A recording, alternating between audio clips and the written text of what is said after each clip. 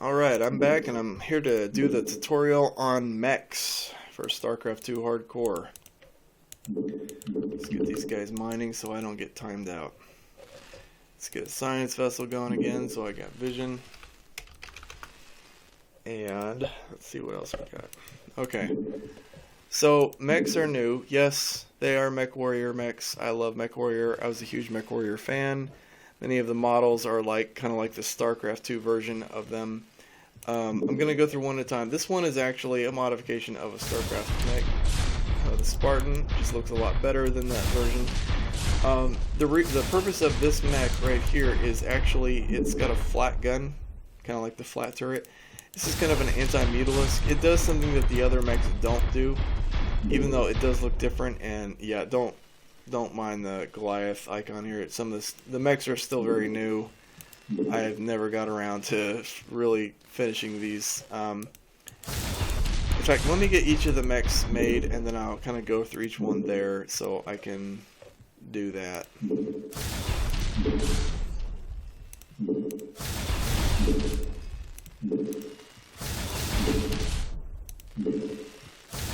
Okay.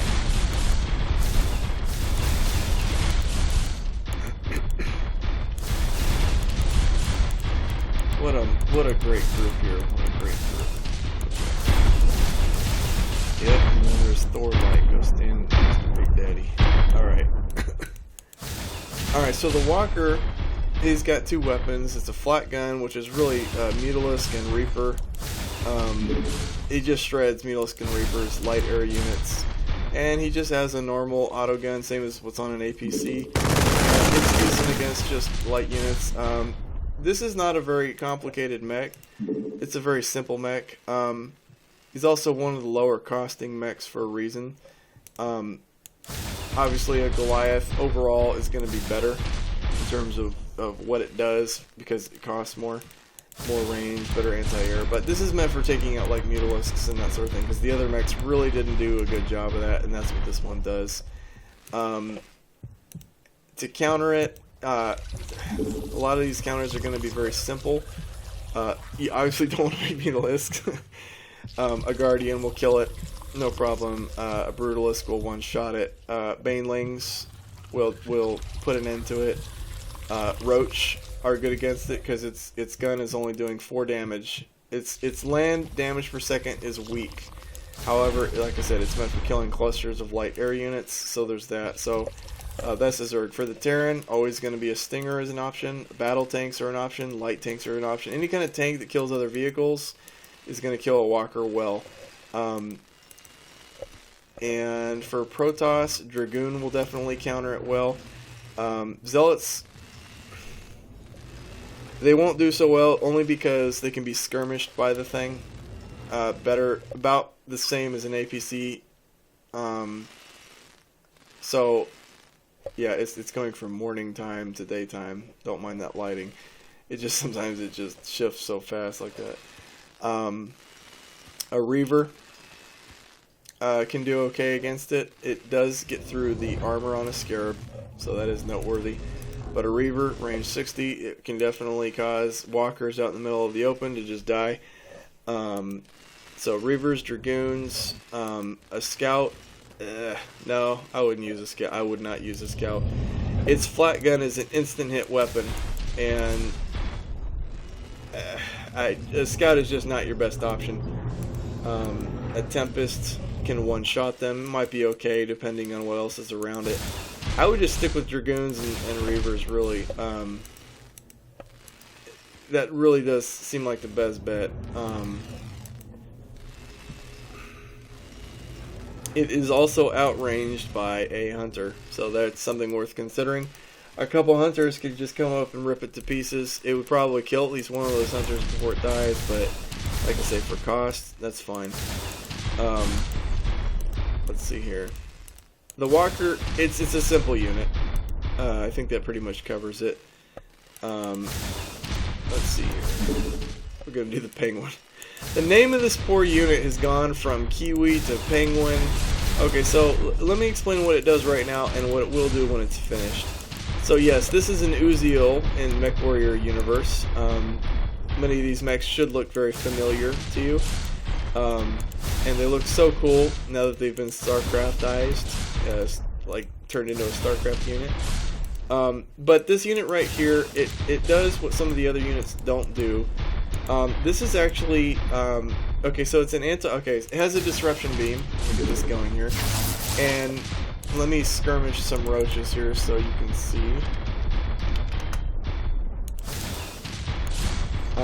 He has an armor-piercing laser. He's bad against Zerglings because he's got 3 armor, and the Zerglings already start off with 4 damage. So what that means is that the Zerglings will get through, overwhelm, and tear the poor little penguin to pieces. However, you just witnessed me just tear a roach to pieces with this thing skirmishing without any problem. I wasn't even thinking, I was just clicking while talking. So that is one thing that it is very good at against Zerg. Its ability, it can fire an EMP missile. This is really kind of like this, the Vulture. Its real ability is its mine, and its weapon is okay, but it's really built for its ability. That's the case with the Penguin. The Penguin is a very powerful. It's like a high-tech, futuristic mech. Some of these other mechs, like the Wolf, is kind of like an older model that's still good at what it does. But you know, this is kind of Mr. Future right here. He will have jump jets someday. That's why his name is the Penguin, because he's a flightless bird. He wants to fly so bad, but he can't. And it's going to work kind of like liftoff for Terrans. But right now, I cannot get all of the animation to work right, and I have not had time to really finish up the Penguin here. Ideally, see, liftoff, right? You'd think it would be so simple to do the same thing for a unit, and yet sadly it is not. And he's got animation and everything considered when he's moving in the air. Ideally, you're going to have the same thing where you're going to hit a jump button, and he's going to go up in the air with little jets on his feet, and then you can move him around, and then after so many seconds, then he's forced to land. So the idea is he's allowed to jump and still attack while he's in the air and temporarily be an air unit, that kind of thing. So that when he's finally done, that's what he is going to do. He's a skirmisher. He does pierce armor as a skirmisher. That's it. But his EMP ability, let me get this thing going here so you can get a demonstration of this. This is powerful. Now, the science vessel. Where is the science vessel? Let me get the science vessel grouped. So this is the science vessel, and I'm going to make some robots out here. And I still can't make any stalkers. Well, that's fine, I guess. I'm going to make a cluster of dragoons out here. These are robots. And anything that is mechanical, EMP will basically disable. I'm going to select my science vessel. I'm going to get the EMP ready. I'm going to target right here with my EMP with the science vessel. Okay, this is a big EMP missile so you can understand the scale. Well, bigger, I should say. And boom. Now these units are disabled right here. And they're disabled for a minute. All these things are disabled for a minute.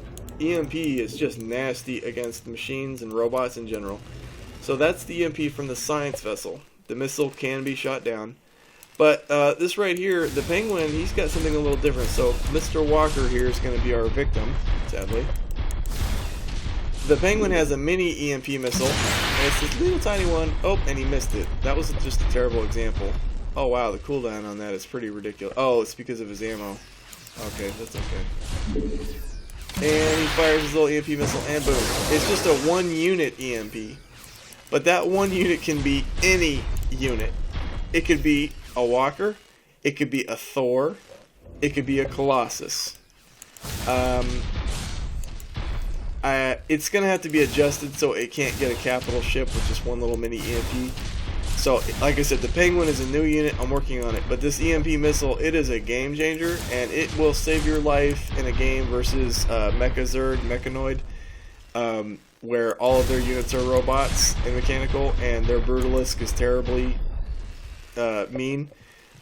This little Penguin right here is actually a good counter versus the Mechanoid Brutalisk, so that is something to think about. I don't want to answer this phone.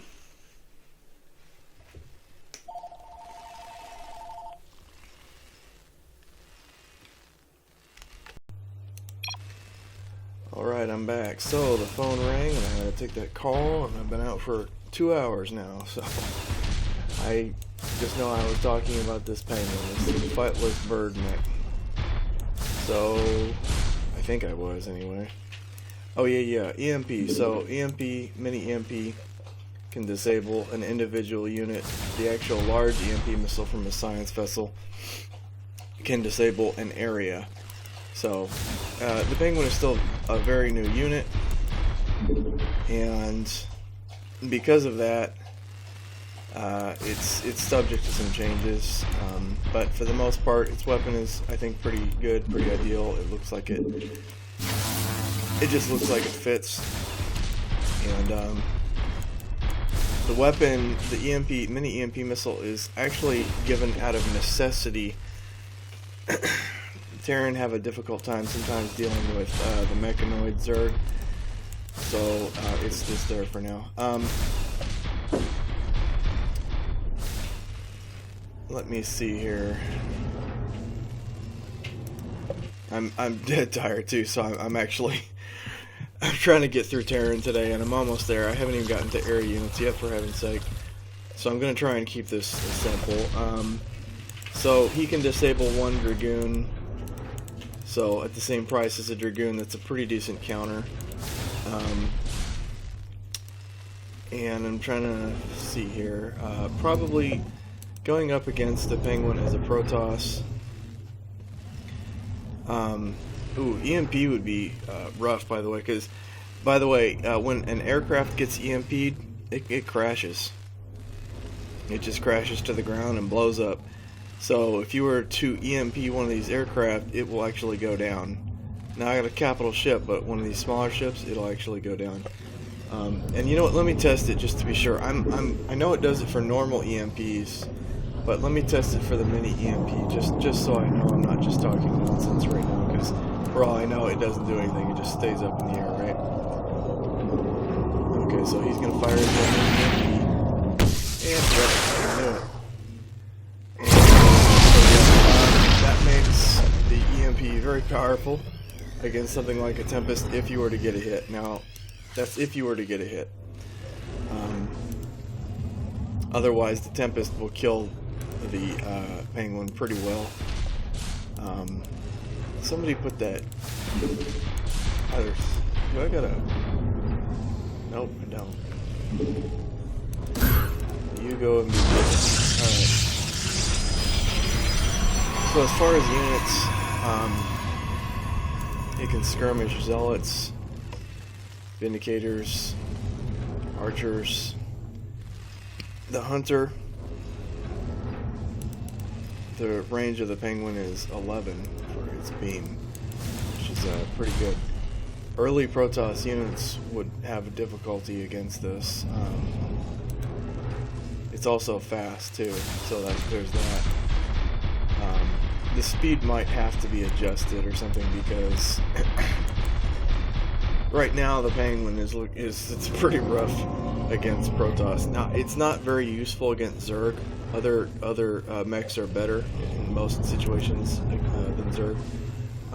But for Protoss, it is a lot more effective. That EMP missile, though, I definitely gonna have to change some of the stats on that. The fact that it can fire 2 of them so quickly, one after the other, I don't know about that. But let's see here.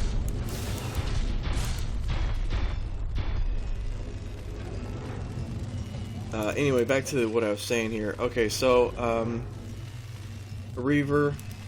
No, it could kill. It would have to be distracted for the Scarab to get through, because the beam will kill the Scarab if he's just out on his own. Also, he rotates pretty fast, the turret. Right now, it's looking like, and bear with me here, I'm doing this tutorial, but as I'm going through it, some of these brand new units, like the Penguin, is pretty much brand new in terms of its design, and one of the other ones that I just did, I'm dead tired. A Scout, I would think, actually would rip it up pretty fast. Yeah, because the Scout, can do line damage. Here, let me get a scout out here for a second. Photon blaster range 15. So his air-to-ground range is 15, and he can basically... Let me show you how fast he can lift this thing up. And from so a scout is a pretty decent solution against a penguin with danger, though, because if the penguin hits the scout with an EMP missile, that scout's going down. So that is one kind of weakness. Right now, though, I mean, a Dragoon, here's the thing. EMP comes later. Okay, you have to research EMP at the science facility with good reason now, as you can see. Because until then, the penguin is kind of useless when all your opponent, a Protoss opponent, has to do is just keep one Dragoon. That Dragoon is doing 50 damage. He's in 2 shots, he's going to kill that penguin. So earlier on, the Dragoon actually counters the penguin. But later, once the penguin has EMP researched, now it kind of turns that tide, and it makes it so that you need 2 Dragoons basically. But again, I'm gonna have to change the missile stats, because right now the penguin counters most Protoss infantry just because, like I say, it's faster than them, and he's got more range than them, and they don't have any stick. And now, I mean, a photon cannon is a good way to just keep a penguin out. Look at that. 2 photon cannon hits, 1 1/4 per second delay. It'll be dead in 2.5 seconds. So, defensive wise, and photon cannons are cheap, so I mean, even if he had EMP, he's going to be able to photon the penguin pretty well. So there is that. Meaning Protoss have a way to defend. Another thing, oh, that's Templar. I can't even believe I forgot to mention Templar. Templar can basically can instantly kill almost a group of penguin that are in range. So that is another thing. Now, again, he has EMP, so he could get his EMP missile off. The EMP missile, however, can be intercepted by a Prisma cannon. So as long as you have a Templar next to a Prisma cannon, this Templar can just storm this guy, no problem. In fact, I'm gonna, so you can see the range here on the High Templar. So photon cannons keep him out. A Templar with a Prisma cannon, yeah, look at that. The range, I'm gonna have to make sure that the range is at least even, because based on its purpose, it's meant to disable large units. It's not meant to also disable or to counter the units that are supposed to defend against it. So yeah, the Penguin is definitely under construction right now, so I'm not going to spend a lot of time on it right now because of that, but the Penguin is an anti-tech mech. It's good for mechanoid Zerg. It doesn't have as much use against swarm, biological Zerg. It's good against TOS, it's good against mechanoid Zerg, and it's okay against Terran considering the fact that it can still disable another mech or tank, and it can still skirmish. So that's versus Protoss. Versus Terran, like I said, just make stingers. Screw it, just make stingers, tanks, whatever. And versus Zerg, I think we already talked about this in the past recording. Banelings are always a good bet. And I'm trying to think of some other kind of slick way to kill these things other than having to use Banelings. Brutalisk discharge, absolutely. The Brutalisk is definite counter to, even though Brutalisk costs 3 times as much as a Penguin. The reason I say it's a counter is because, you know, its ability is, well, it's not a perfect counter, it's a decent counter. He can one-shot 2 Penguins when fully charged, a Brutalisk. In fact, let me get one out here, just so you can see that. Here we go. That's his ability right there. 75 energy to use one shot, and he's charging right now next to the hive, and once he's charged, he can get up to 150 energy. He can get 2 shots with this one, and it's a one-shot deal. EMP obviously means nothing. His 11 range doesn't mean anything. He's just going to get one shot by the Brutalisk, and the Brutalisk, like I say, can use this twice. I mean, there's a 10-second cooldown, but what I'm saying is he can kill one Penguin and then kill another Penguin 10 seconds later. So the Brutalisk does do some harm. Banelings are really your best bet.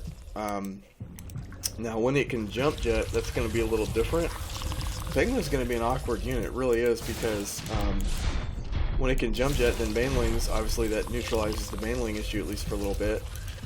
It though makes them in danger, since it's an area unit, to spore colony, seeker nests, Vertalisks, and spore crawlers. So that might actually be kind of a weird. He might be shooting himself in the foot if he lifts off. Zerglings are also, I already mentioned this, yeah, Zerglings will rip a penguin to pieces. It has 3 armor. Zerglings, without any upgrades at all, already get through that armor. And its attack, the penguin's attack, is just too slow for the amount of Zerglings coming at it. So for Zerg, it's a no-brainer. You just make Zerglings, that's it. You can support it with a Brutalisk, that sort of thing. Guardian also will kill. I mean, a Guardian is one of your best late game units against a penguin, because it outranges them, and it could melt a penguin and get out of there before the penguin even knows where the Guardian is. So that is the penguin. I don't want to spend any more time on him because he's still under construction, but eventually he'll get there. I might go back and talk about what he does there.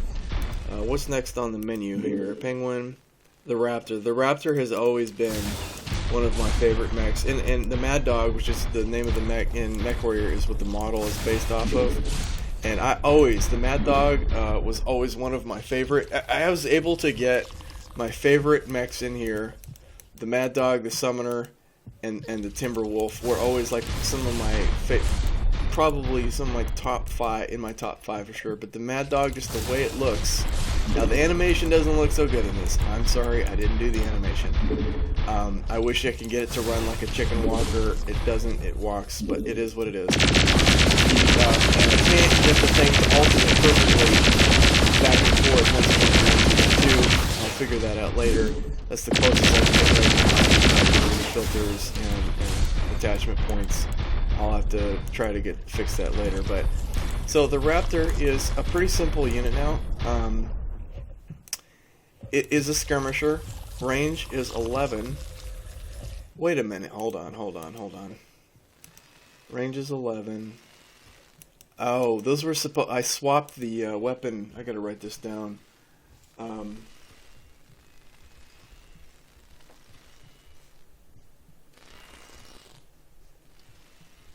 I swapped the weapon with the Raptor and the Penguin. It used to be the other way around. This one would shoot plasma and that one would shoot a beam. But this one just really looks like, with those 2 little rods sticking out, it really looks like it's just trying to just fry something with its laser, like just focuses. And this one looks like it actually shoots a projectile if you look at the little gun unit in there. So it worked out better this way. The Raptor has a higher damage per second, especially versus structures, as opposed to the Penguin. And it also, like the Penguin, does not have has to get ammo. It doesn't have to. It uses energy. The energy instance recharges. The ammo here is for its missile ability. All of the mechs have a missile ability, and they have a gun. At least one kind of gun and one kind of missile. That's the theme of these mechs. So for this unit right here, which has been the Raptor, you can see its little missile thing, little pods right there. And what it does, if I can get a demonstration here, I'm going to get some Hydralisks out here. Out there. Line up, guys. It's time to die. I know you just got born, but it's time to die. And we're going to get a Brutalisk in this group too, so it kind of does this here. So I'm going to aim at this with the missile. It just picks a random unit in the area, and you can get 2 off before you have to reload. I know, the animation, I'm sorry, the attachment points aren't linked up yet. Again, these are all on the to-do list. I'm going to have to fix them at some point, but they're not critical, so I just kind of leaving them for right now. The gun is its main thing, though. I don't really use the missile much, except for a really critical thing where I need to get to something further away faster. Its weapon is really solid. It's a solid weapon. It's building as well. It's really good to move around with infantry. It helps infantry get through like spine crawlers and other kind of shorter range. Like its range is 11. On auto turret without any upgrade is 10. Okay, so it can literally just knock out a lot of defense structures to support your infantry push. And it also melts roaches very well. So all around, it really is a good unit. I like to use it in combination with a flame tank because, like I said in an earlier video, the flame tank is very good against Zergling, and the Raptor is very good against armored units like Roach and that sort of thing. So that is the Raptor. I'm going to, let's see, one of the counters. It does, also Zerglings do well against a Raptor in the same way they do well against a Penguin. Just make Zerglings, the Raptor will get overwhelmed. It's only more complicated if the Raptor is with another unit, like with a flame tank, in which case then you're going to want to use Banelings, and when they are distracted with the Zerglings, then you run the Banelings in. Also, this, like most mechs, most except the Wolf or Goliath, the Raptor is another unit that gets destroyed by a Guardian. So the moment you can get a Guardian against the Terran using Raptors, he's going to have to switch his plan because Raptors are just no good against Guardians. They get wrecked by them. Brutalisks also do a very...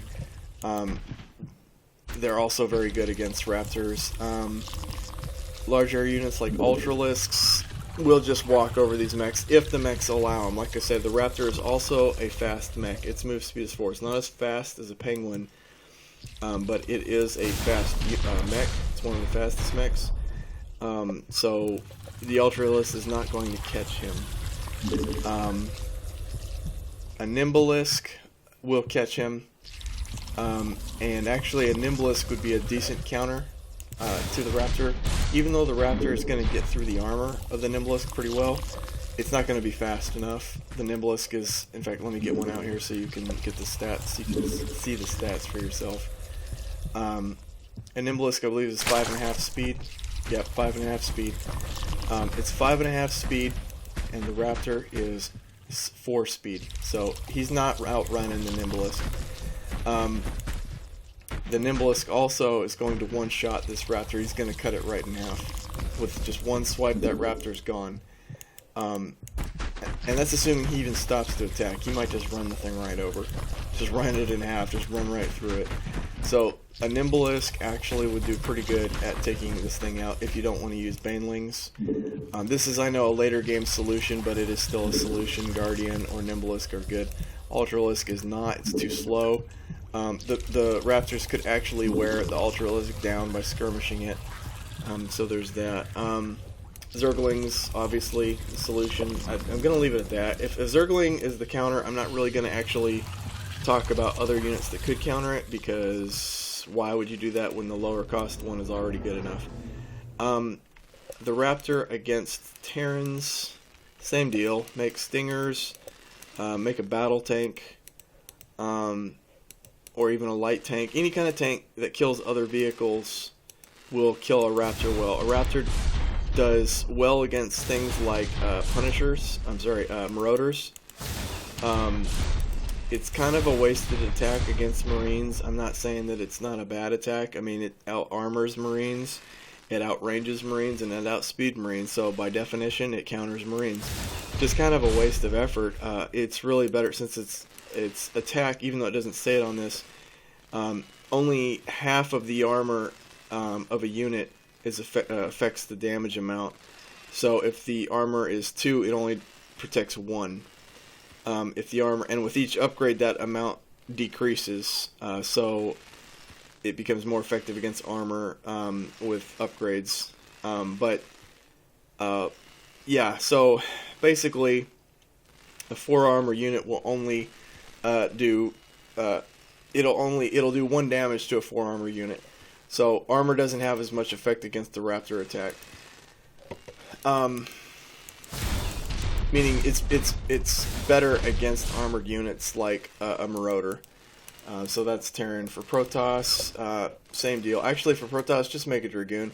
Now, the missile thing is interesting. If you have a lone Dragoon, then the missile attack will actually take out the Dragoon. But if you have Zealots around it, as you just saw over here, the missiles hit random targets. So the missiles will be wasted on Zealots, and the Dragoon will live. So that is a way to deal with Raptors.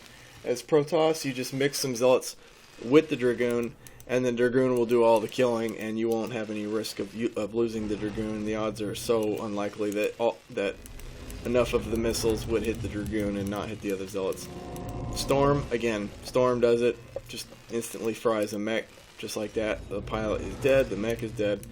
A Reaver, yeah, a Scarab would do pretty well. The attack that the Raptor has would have to be... it could kill the Scarab in time. It does have enough power, but it would have... If it's being distracted, it's not going to. The Scarab will get it. So that a Colossus will just destroy a Raptor. Not even... No chance, you know what I mean? The thing is just... Yeah, so Colossus will destroy it. A Tempest would destroy it. A Scout would destroy it. Yeah. Any of these other higher units for sure would hurt a Raptor. It's just the earlier units that have trouble. A Raptor obviously is going to be very good against the Halberd because the Halberd's strength is in its armor, and the Halberd is too slow to even catch up to the mech to do any damage to him. Vindicators, their range is too short. They can be skirmished.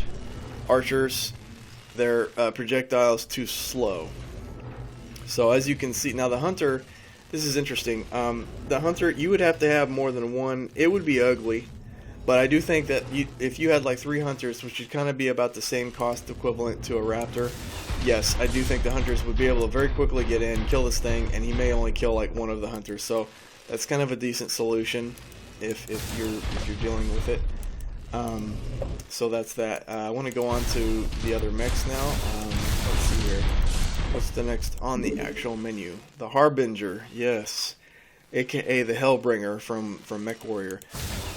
He's got a funny animation, I'll tell you that, because they used the Warhound animation for this guy, and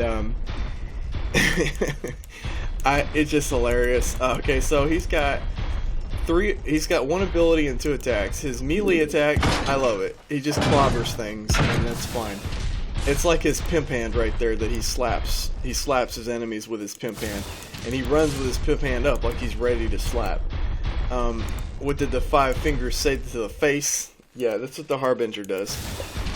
His attack is a light cannon, so I'm going to get it out here. Let me actually go further back. And it's a light cannon that is... Here's the stats right here. It's range 20, same as a battle tank. Damage 35, not all damage, but 1.5 delay.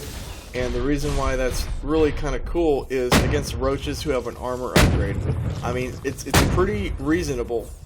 I mean, the amount of ammo that he carries and how he's able to take units, fairly, well-armored units out with each shot. I mean, that fast rate of fire with that cannon is actually very effective. When roaches upgrade to level 2 armor, a lot of your units are almost antiquated against roaches. Even Raptors, who are normally good against armor units, once those roaches get to 2, it's ugly, because roaches get 2 armor for every level. So they start off at 2 and then plus another 4. They're at 6 armor with 2 armor upgrades. 6. So you see this Raptor right here. If he doesn't have any upgrades, he's in trouble, because he's not going to do any damage to a level 2 roach at all. And that's when you're going to probably have to make a Harbinger to get through that roach armor. The Harbinger has another ability, and it is this one right here. He's got an auto rocket launcher, and it just fries a whole cluster right here. It's kind of like Size Storm in its own way, but for ground only. And he can, when he's fully armed, in fact, let me get him reloaded here. The ability costs 50 energy, so he can actually do 2 salvos and still have a little bit of ammo left for his cannon. So, I mean, the Harbinger, I don't use him a lot, but I know he's a good unit. He's got the same kind of salvo that a Banshee has, which is a good salvo. I mean, it just cooks a little area. In fact, I'm going to make 36 Zealots. And, yeah, it'll probably even cook all of them. I'm going to put it right in the center of the group. It's got good range. Look, it just cooks most of those. So 36 Zealots, 300 mineral worth of infantry, and he's going to 3, 4, 5, 6, 7, 8, 9, 10. So it cooked at least 2/3 of that group with pretty good range too. I believe it's another 35 range ability. So there is that. So how do the Zerg deal with it? How did the Zerg deal with the Harbinger? Right now he's at 4 armor. Yep, 4 armor. He's a heavier mech. He's not as fast, but he's got more firepower. Carries more ammo. Yeah, 3.5 speed. Zerglings. If you have a weapon upgrade, yes, Zerglings are a choice. If you have level 1, even level 1 melee right here, you will get through. You'll do 1 damage each attack, and all those Zerglings around it it'll add up very quick. He won't be able, and he also is not able to outrun speed Zerglings. So if you've got a speed upgrade and you've got level 1 melee, he's gonna die. If he's out there on his own, he's gonna die. His melee attack right here, his bash attack, it does 35 damage every second. So it's faster than the cannon. And it doesn't cost any ammo, but I'm sorry, that's overkill for 1 Zergling, and it's just, he's going to get overwhelmed. It's plain and simple. It's 90 Zergling attacks will bring him down, and when he's surrounded by a dozen of them attacking him more than once a second, I mean, it's going to add up fast, he's going to die. So Zerglings, right there, is a good counter. Is there any alternative? You could make, again, you can make a Baneling. Like I say, Banelings do pretty well against most tanks and mechs, especially if they're distracted. A Guardian also does really well against it, because it outranges it and it melts it. Yeah, you don't want to make Roach. It does well, the Harbinger does well against Roach. And so, yeah, I'm going to leave that one there. Against Terran, make those stingers, you know the deal. Any other... Here's the thing, it has... If it's going up against... If it's micro, like if you've got a tank, even a Punisher right here, 40 damage each, 2 attacks, so 80 damage. So it almost... A Punisher almost one-shots a Harbinger, but by the second round it's gone. Before a group of Harbingers could really do enough to a Punisher. A Goliath should be losing to a Harbinger, if I'm not mistaken. Same hit points, but the Goliath's gun is much more for smaller units, though armored, because it has good pierce with 12 and a faster rate of fire. The Goliath, I would think, I haven't tested some of these new units out, but I'm pretty sure that the Harbinger and his cannon, 35, 70.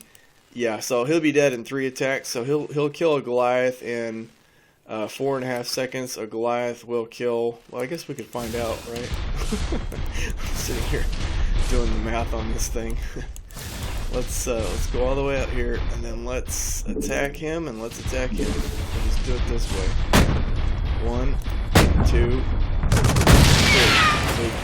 So the Goliath did get 1 shot off. But the Harbinger won the day. Like, that's what I figured would happen. I just wanted to see it myself. So as Terran, you could use most things like a battle tank, a light tank, a diamondback, anything that outranges it, and could get a good amount of damage per shot on it. A Stinger, obviously. In terms of air units, a Banshee is a good choice because it outranges it by quite a bit, and the rockets quickly just devastate it. Rocket artillery, if he's standing still, you you can make rocket artillery, well, anything. I mean, siege tank if he's standing still, no. That's kind of a no-brainer, right? If he's standing still, then a siege tank or rocket artillery can always pretty much counter it.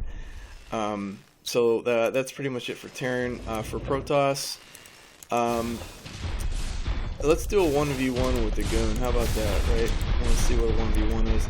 Their costs, so a Dragoon is 200 mineral and 50 gas, and a Raptor is 250 mineral and I'm sorry, not a Raptor. A Harbinger is 250 mineral, 75 gas. So it's 25 gas more and 50 mineral more. But here we go. We're gonna go and see who wins this 1v1 just out of curiosity. It's gonna be ugly, I tell you that. Ooh, look at that Dragoon with his 5 hit points left. You earned your life, okay? We'll give you some life back. So there it is. You just saw it. The Dragoon costs a little bit less, but it actually survives a 1v1 with a little bit more, and that's without any upgrades too, without any range upgrade, without any. So a Dragoon does, as you just saw, pretty decent against the Harbinger. It's not a hard counter, but it's a decent counter. It's better than nothing. So there's that.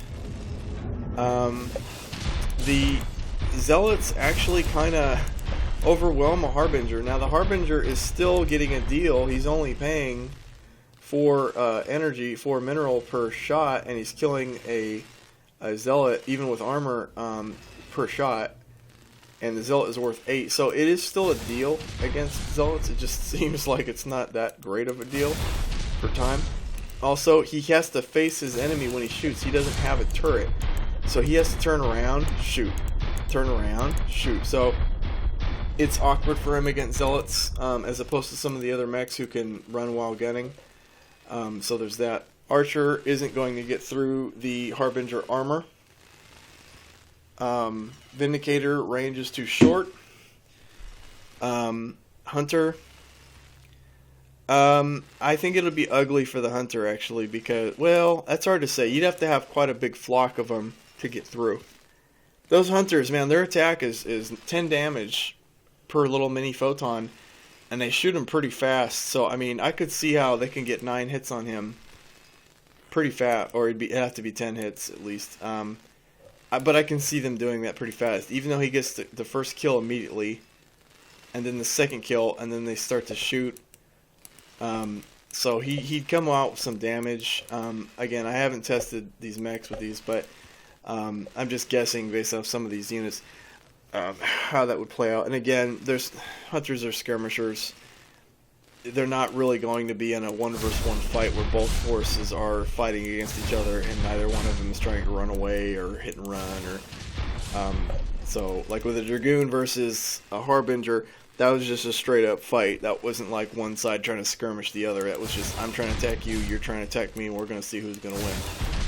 A Hunter is not really interested in doing it like that. It's trying to get free pot shots in. It doesn't want to fight straight up like that. A Reaver might actually do well if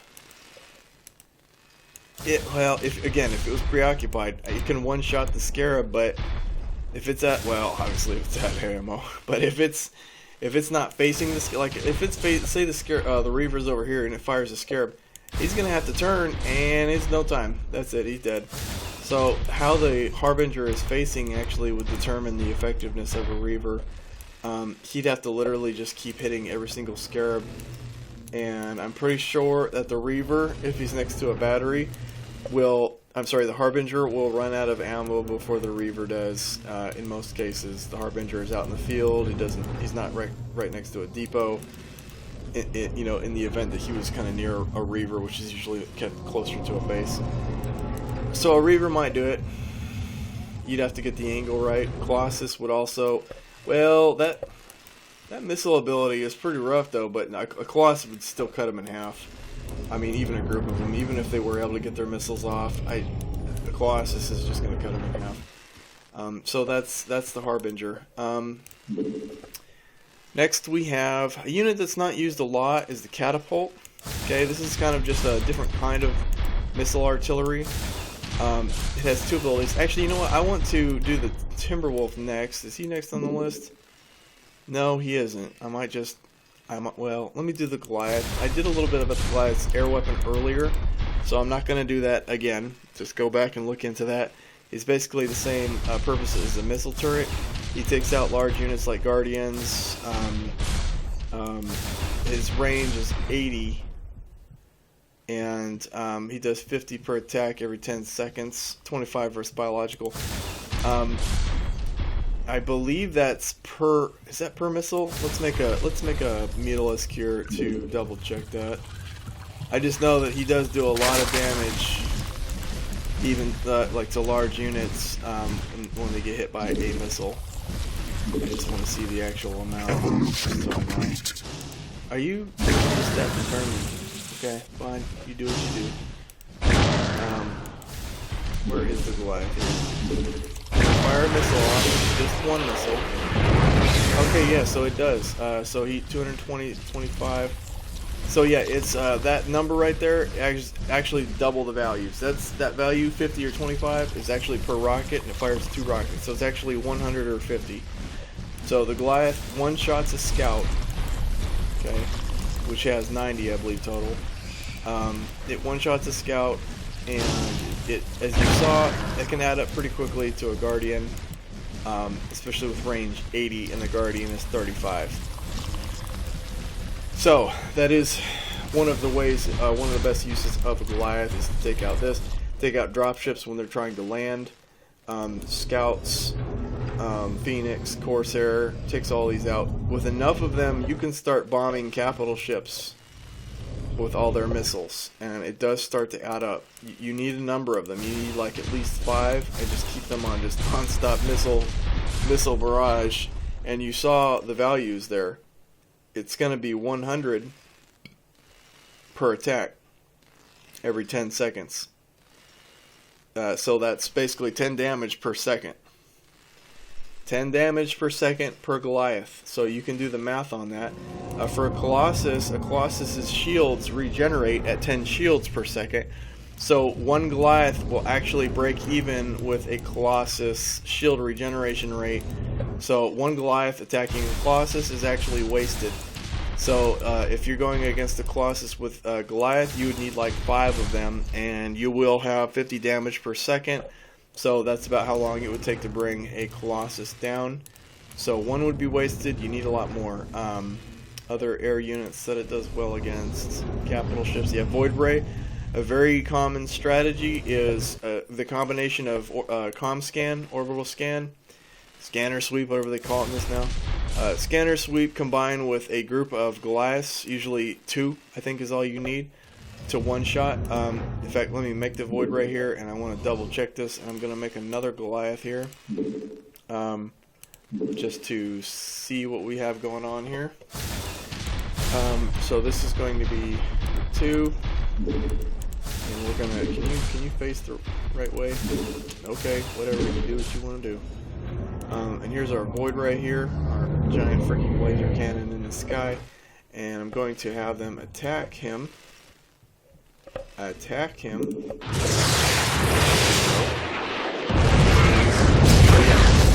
Two hits. It takes 2 Goliaths to one-shot a Void Ray. You need vision, and hope he's not around any kind of Prisma cannons, because they will definitely tax you on that. If he is, you're going to have to use something else like a Valkyrie or something else, which I'll get to later.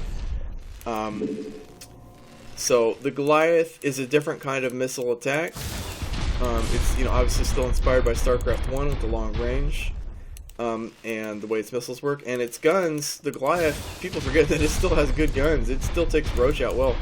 In the days before all these other mechs, I would always use Goliath against Roaches because their autocannon does 12 damage, and with a weapon speed of 0.75. So basically, so there it is. It kills a Roach in 3 attacks, so it takes a couple seconds per Roach death. So obviously some of the other mechs do better. The Harbinger, instantly one-shots a Roach every 1.5 seconds. The Raptor, doing, let's see, 3. He's killing a Roach every 1.5 seconds or every second or so. So it's not as good as some of the other mechs, but it still does well against Goliaths. And the fact that it's 12 damage is a magic number, because a lot of units kind of hover around the 10 hit point range. A Zergling, a Zealot is 10-10. Actually, I don't need to do that. We got them right. Oh, I can't select them on this map. I forgot. So that 12 is kind of a magic number because it gets through a couple points of armor plus 10 hit points. So Goliath is a good unit. It's still a very good unit. It's the original. I like to make them when there's a lot of scouts, or if anybody were to spam Falcons, just make Goliaths. You'll notice the Falcon count begins to drop over time. So that's the Goliath. He was next. We're going to do the Wolf now, based on the Timberwolf from MechWarrior. And his weapon, he's a different kind of variation of the Goliath. Like I said, a lot of these mechs, if you want to think about it, they're just kind of their gun is an alternate variation of the Goliath gun, and their missile is an alternate variation of the Goliath missile. So what the Wolf does, his gun is actually faster. He's got a 0.15 second delay with 6 damage. It's kind of a Marauder style damage, 0.15, range 8. So he's got more range than a Marauder, and he actually does very well at shredding roaches. This weapon right here does very well at shredding roaches. It's probably maybe the second best anti-roach gun.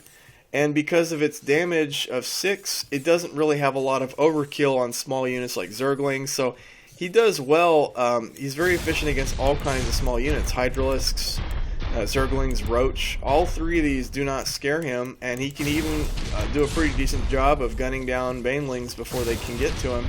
So the Wolf, his ground ability, can you straighten out, bud? You're doing some witchcraft stuff. Okay. His ground attack ability is pretty good. Obviously, he's going to dominate Marines, Marauders, Firebats, Gunners, Reapers. Reapers got nothing on him, that's for sure. So he's going to dominate. There's the Stinger, though. There's the counter right there. The Stinger. Obviously, like I said, the Stinger counters. If it's a tank or if it's a mech, the Stinger counters it. And if it's anything else other than a tank or a mech, like infantry, it sucks at it. So that's kind of, Zerglings are almost always the counter for these big stuff. Stingers are almost always the counter for these big stuff, if you've noticed this pattern. A light tank would be good against a Wolf just because of the range. There is, however, one issue, though, that makes the Wolf kind of universally difficult to counter for cost, because his missile ability, let me show you. So here's this Guardian here. He's now fully healed, so he's not ready to die. So this Guardian here with 220 health, who just loves to kill these poor Zealots out here. Let me show you the missile ability. So he shoots his Javelin missile, boom, boom, boom, boom, which can one-shot a Guardian. This Javelin missile is range 50. Range 50. The Guardian attack is range 35. So his missile ability is not range 80 like the Goliath, but he does a lot more damage in one salvo, which makes it very useful for taking out Guardians, for also land units too. Now, the missiles don't turn very well, so they can be easily dodged. So I need to say that, so they're not like very tight turning missiles. But that ability that I just showed you, let me do it again on this Brutalist. So 750 down to 450. So yeah, I believed it was 300 points of damage. So that's a 300 damage attack at range 50. So this Nimbleist right here is 400 health. He can really badly damage one Nimbleist with one salvo, but he takes out Guardians. He takes out a Void Ray.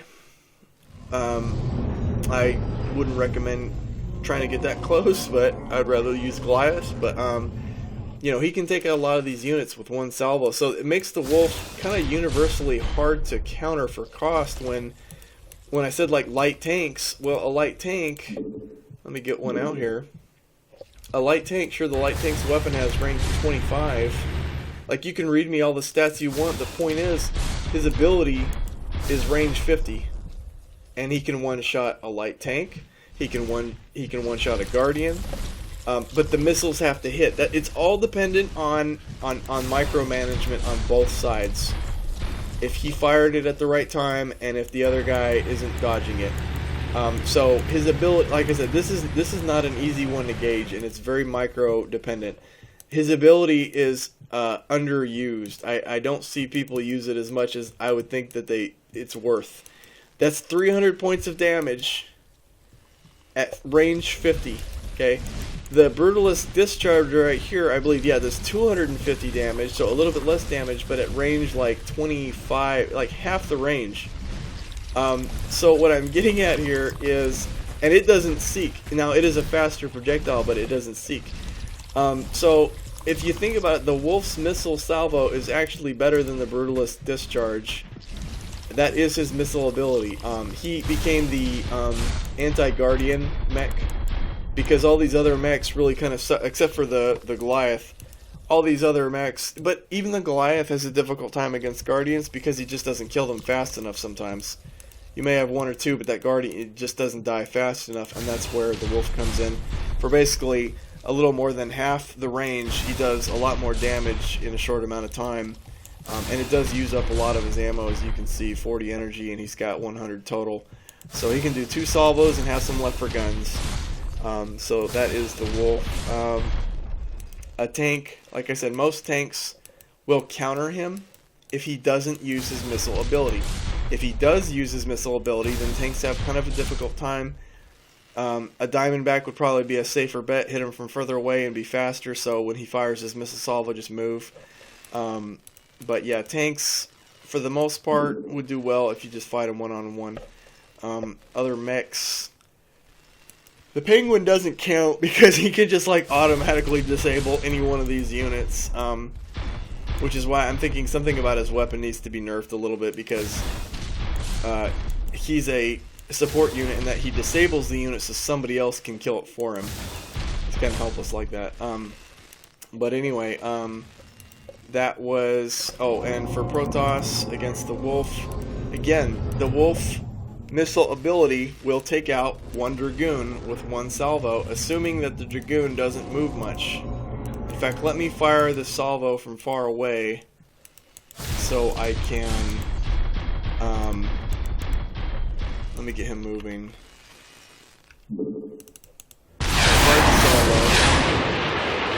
Okay, yeah, they hit. So a Dragoon is not moving fast enough to dodge those missiles.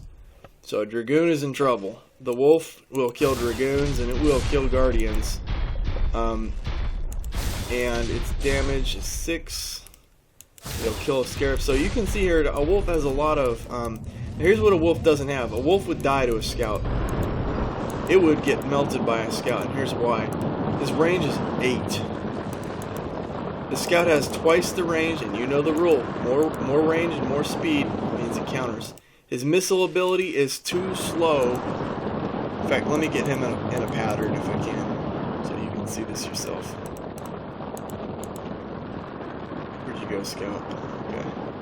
We're going to have to slow this down. So I'm going to have the Wolf fire his missiles at this guy. Do it.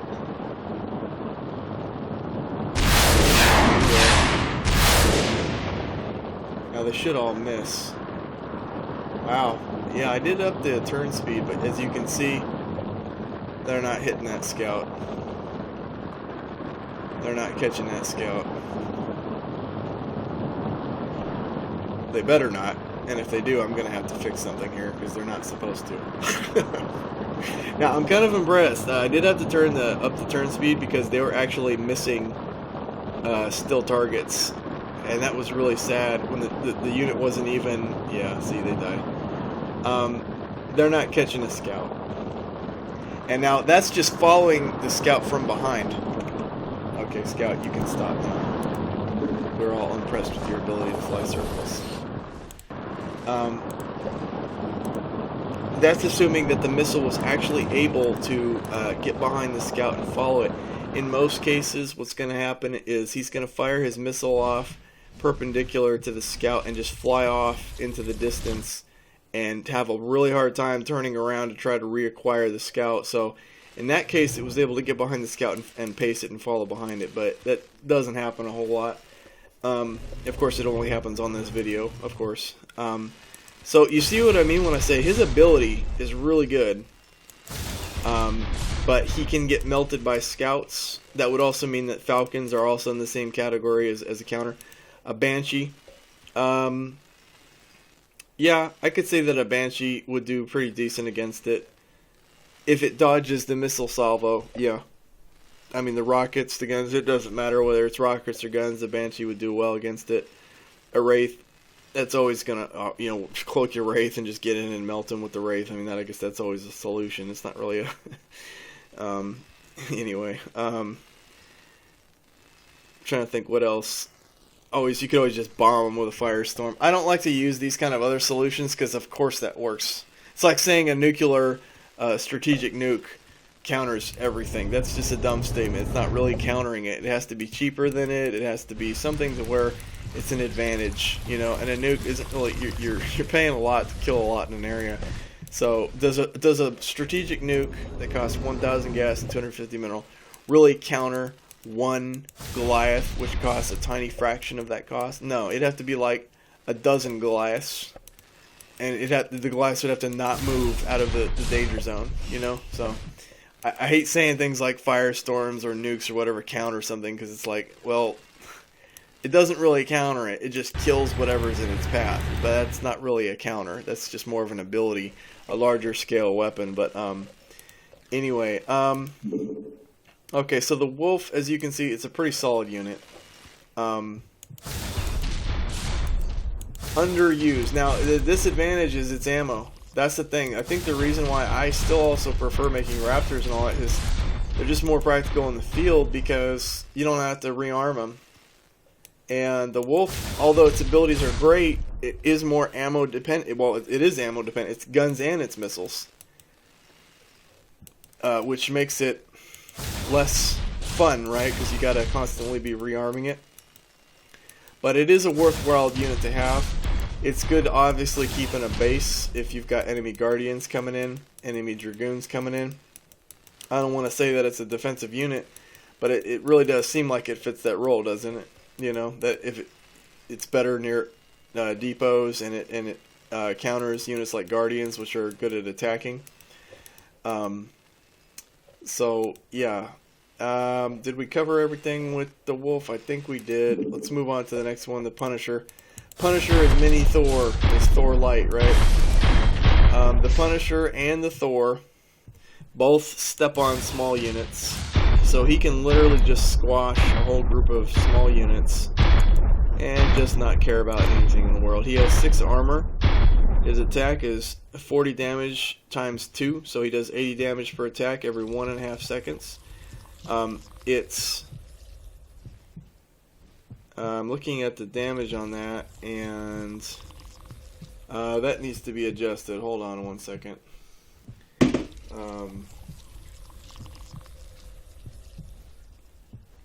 It should be 8, since 10 points of damage is 1 energy. So I need to either update the button, or I need to make sure that the ammo cost is right. So it's pretty cost. Sorry. Man, it's that time of the year.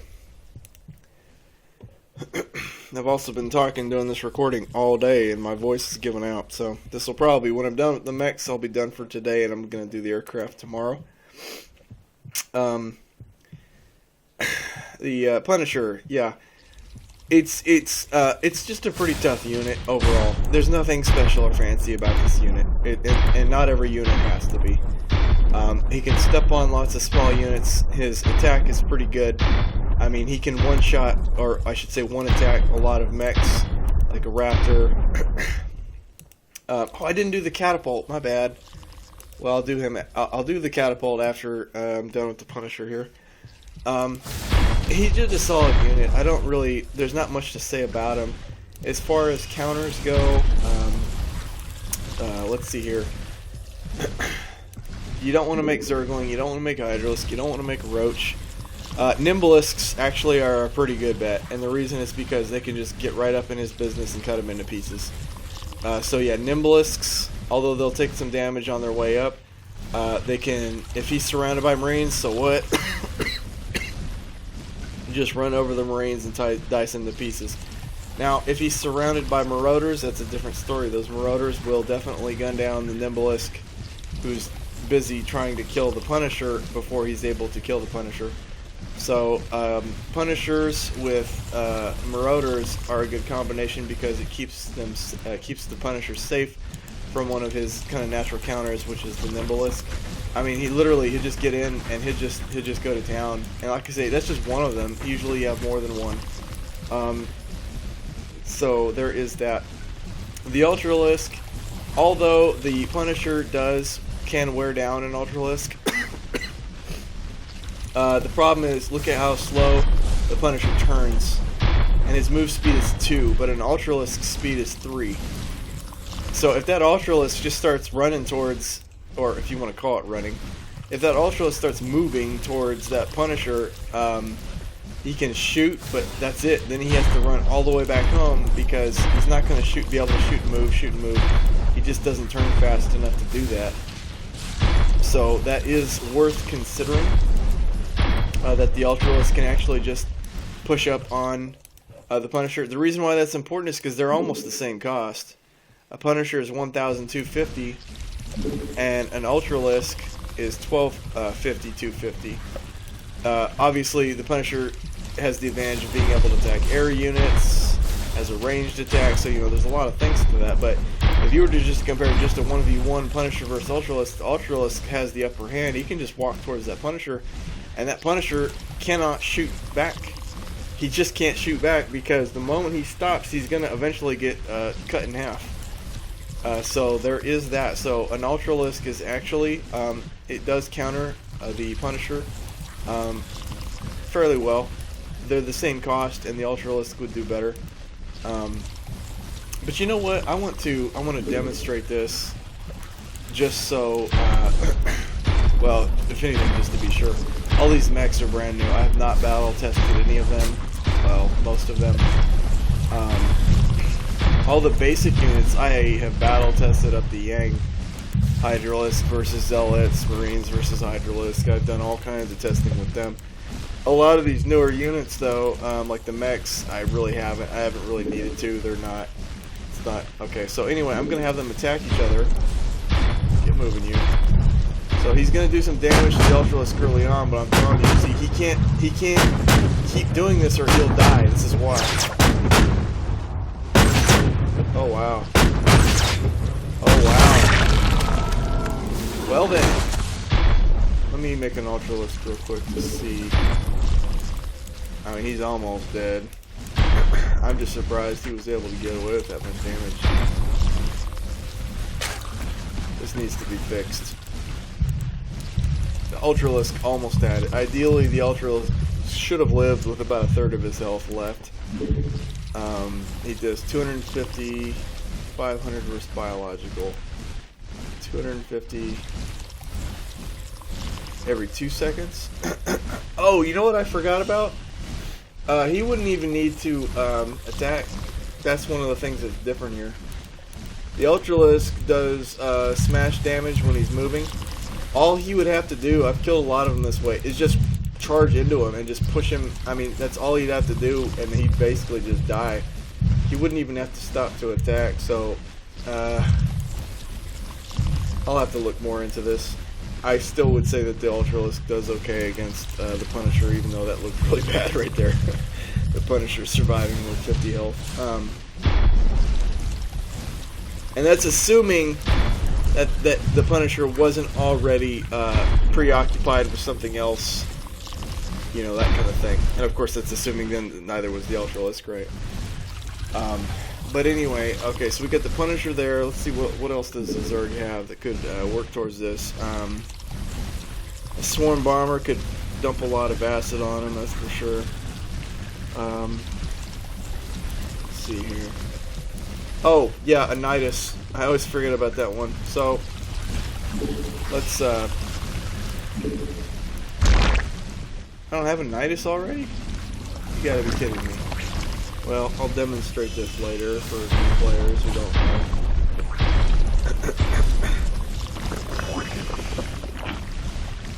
And I can always go ping, and I can. That's one of the new abilities that the Nidus worm has. It can echo location and area to see what's in an area. Okay, so we'll come back to the Zerg here in a second once Mr. Nidus is finished. Let's see, what else do we have?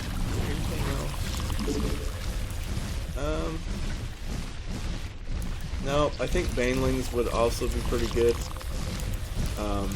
I don't just think or know. They always, Banelings will wear down large mechs like this. I know they were always good with Thors. A Guardian. Yeah, a Guardian would. You could just slowly melt them over time. Brutalisk Discharge would work. Also because the Brutalisk is much faster. So he can just do his shot. In fact, let me get one shot in here just to do that. And then, so he gets his shot, he moves back. See, he just wears him down, 250 hit points. And then he comes back 10 seconds later, he does it again. So the Brutalisk can skirmish a Punisher. A Nimbalisk is your best bet.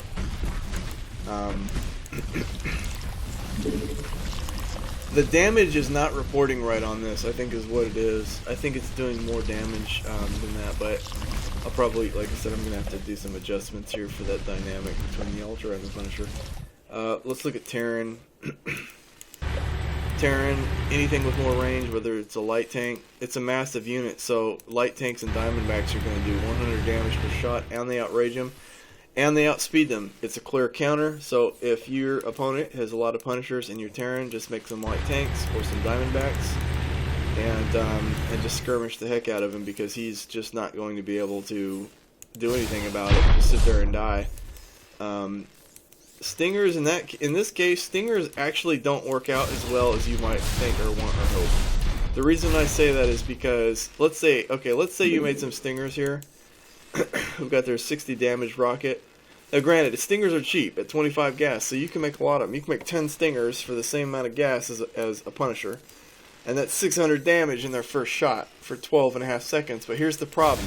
After that first shot, man, they're slow. And he will outrun them. His range is 20, and their range, without upgrade, is 20. So when they get their first shot off, he's going to fire his first cluster. He's going to kill the cluster of Stingers pretty quickly. And they can't outrun him. So they have no choice. I mean, they're done. I mean, unless they spread out. If you have 10 Stingers and they're spread out, yes. Then their next salvo is going to take out the rest of the 400, the other 200 hit points left after they've taken their first 600 out. And actually, assuming some of them were still alive. But the Stinger is not as good of a counter versus a Punisher as it is against other mechs and tanks. In this situation, there is the Ghost Tac Nuke. Okay, you make a Ghost, you get some Tac Nukes, and a Ghost Tac Nuke, it shows you right here. Oh, wow, I need to update that's another thing. I need to update that button.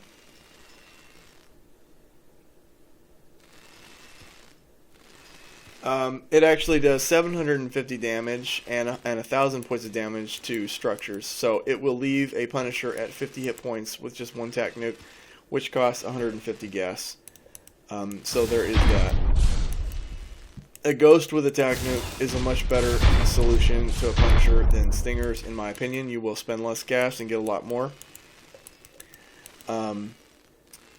Yeah, so there's that. In terms of infantry, yeah. Let's see, what else? Is there anything else? Nope, the rest is... Oh, Spectre. Yeah, what you could do is, let's see who the name of this Spectre here. Okay, he's just a nobody. If he's standing still, this is the same as an Ultralisk. If he's standing still, then yes, you can plant your demolition charges on him and blow him up with just the 20 gas demolition charge set. That is always amazing when you can pull it off. It's a great bargain. I mean, he just lost a lot for free. So there is that. As far as other mechs, yeah, Diamondback would work. Siege tank hits would work. The Cyclone wouldn't get through the armor. Light tank would work. Battle tanks have the same range as him. And you would take... Here's the thing. He's going to one-shot each of these battle tanks. And you can make 3 battle tanks for the price of 1 Punisher. I think the Punisher would win that. But he'd be left with like half health or something like that. What would also actually hurt... I'm actually wanting to try this one out. So let me make another one here. I want to see how much damage a Punisher takes from a metal rain salvo, because it shouldn't leave the Punisher in very good terms here. Let's get both of these out of the way because I've got plans. So the Nidus Worm, here's why the Nidus Worm is a counter to this guy. Now he has to stand still for like 8 or 9 seconds. Alright, that's the only catch. But if he does, there's a fire right there, up into orbit. That Nidus Worm is here now, and he's not. Okay, so there's that. And let's get a rocket artillery out here. Where is it? There we go. And I want to do a metal rain right here on the center.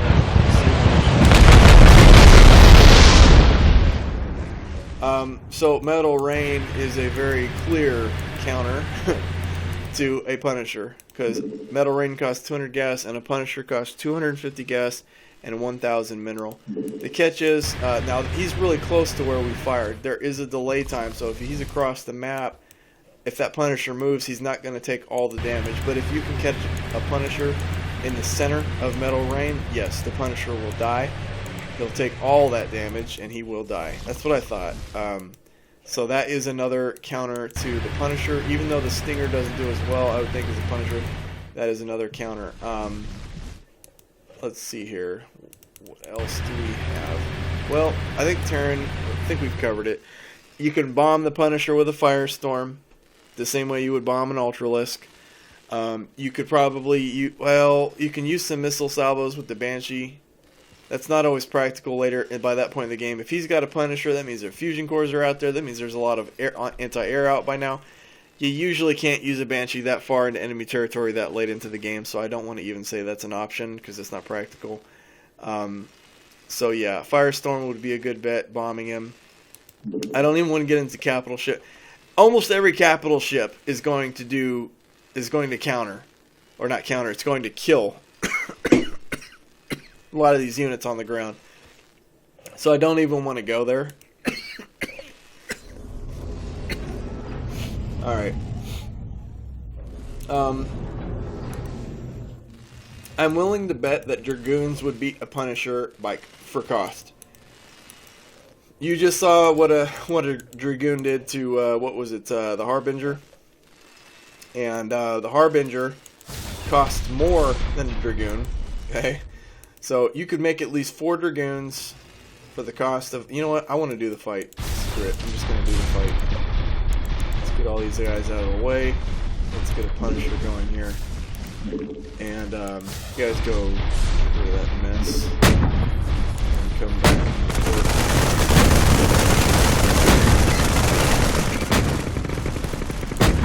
Alright. We got a Punisher here. Punisher is 1,250. Okay. So we're going to look at least 4 Dragoons, and that's still not as much resources, but we're going to just go with 4 Dragoons. Well, you know what? We could do 4 Dragoons. How about 5 Dragoons without upgrades, as opposed to 4 Dragoons with upgrades, right? Or what I might do... screw it. I'm going to just do 4 Dragoons. Why is there 5? Where's the other one? Oh, there. 4 Dragoons without any upgrades of any kind. against one Punisher. Let me get him further back so I can do this up. Hold on.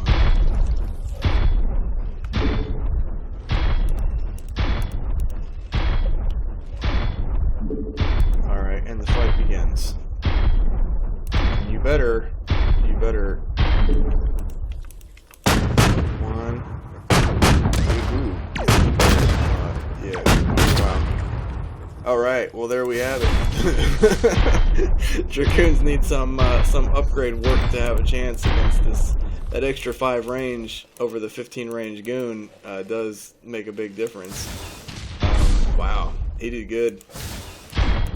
He did good. How much you want to bet that if you get the range upgrade he won't do so good though? How much do you want to bet? Let's do it. I want to see what 4 range upgraded Dragoons do against one of these things here. Where's my cybernetics for? Here we go. Right, gonna get the range going. We're gonna get our veteran here. He's gonna be the pro to show the others noob Dragoons how to do this. Wait, just waiting for that upgrade to finish. Complete. Finish. Yes, okay. So here's 2. Did you finish repairing? Good. Okay.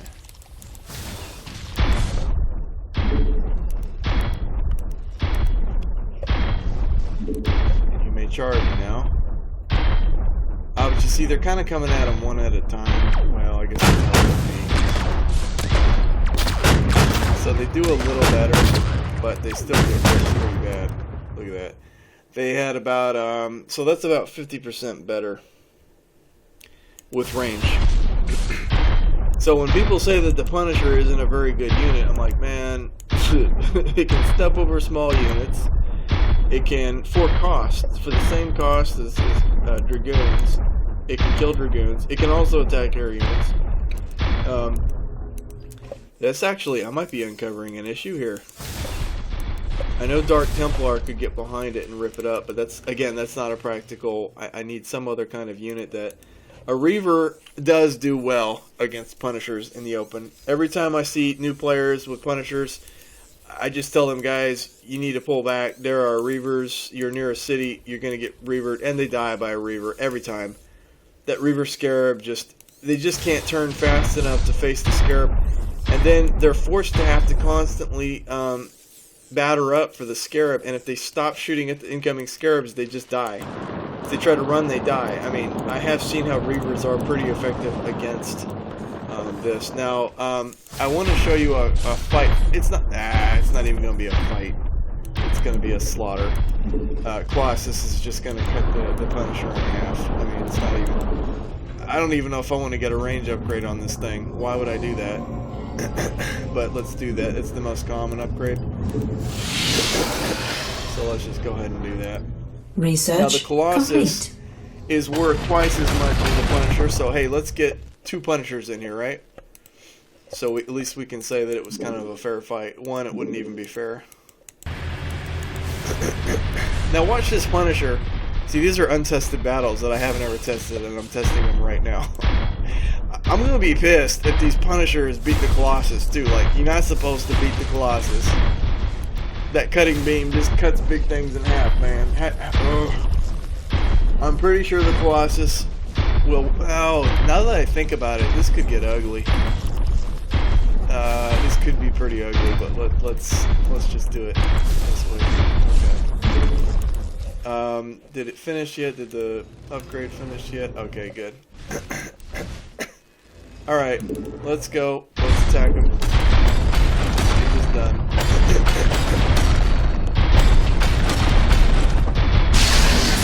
Yeah, he's down to. I mean, once they get up to him, they're gonna hurt the Colossus pretty well.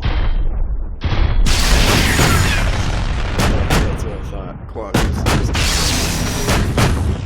But look at how fast he's taking that Colossus. But this is what you would call a counter, because the Colossus only lost 100 health. His shields are already charging. For the same basic value as 2 Punishers, which is 2,000 mineral, 500 gas, and as opposed to, and let's not count the upgrade, right?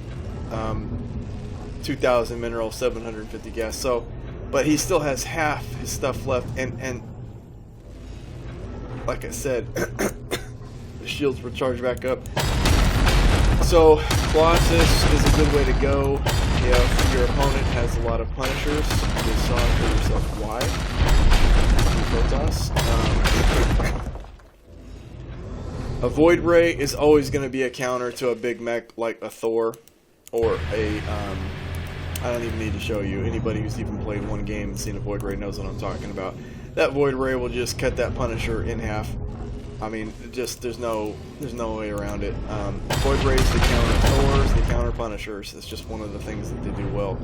With its 100 range from the air to ground, guided laser, that Punisher's done. Alright, his only hope is that they use a scan and missile it out of the sky before he's able to finish him, because Void Rays counter Punisher. So there is one. You have one surefire way of saving yourself from Punisher hell if you're Protoss, is just make a Void Ray. That always seems to be the solution against big mechs. So that is the Punisher, and now let's get to the Thor, which I may have already talked about quite a bit, but I don't think I went into in depth. The Thor is the biggest, baddest mech of them all, and it always will be in this mod and in the Starcraft universe, in my opinion. Is just look at how thick this guy is. This guy's a beast. Alright,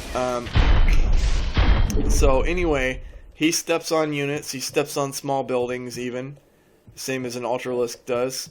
He costs 3,000 mineral and 500 gas, and an Ultralisk costs much less than that, 1250, 250. So even though they're the same size, they are not of the same firepower and scale. The Ultralisk is just, the Thor is just, he can do a lot. And let me show you what I'm talking about. So right now he's in regular Thor mode.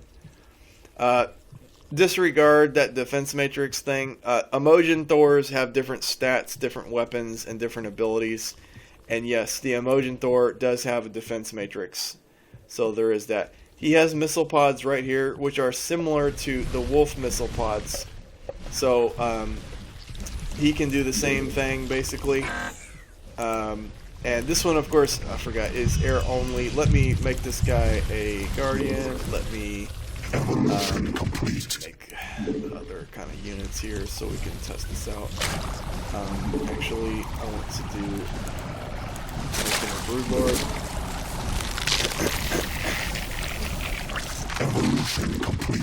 There's the Broodlord right there, and I want to use the Thor to use the missile ability on him to see how much health he has. Yeah, 300. It's the same as a wolf. So the Thor's missile ability, which has pretty good range and a decent cooldown here, and now he can do it again. Look. So the Thor is believe it or not, the Thor is a siege mech.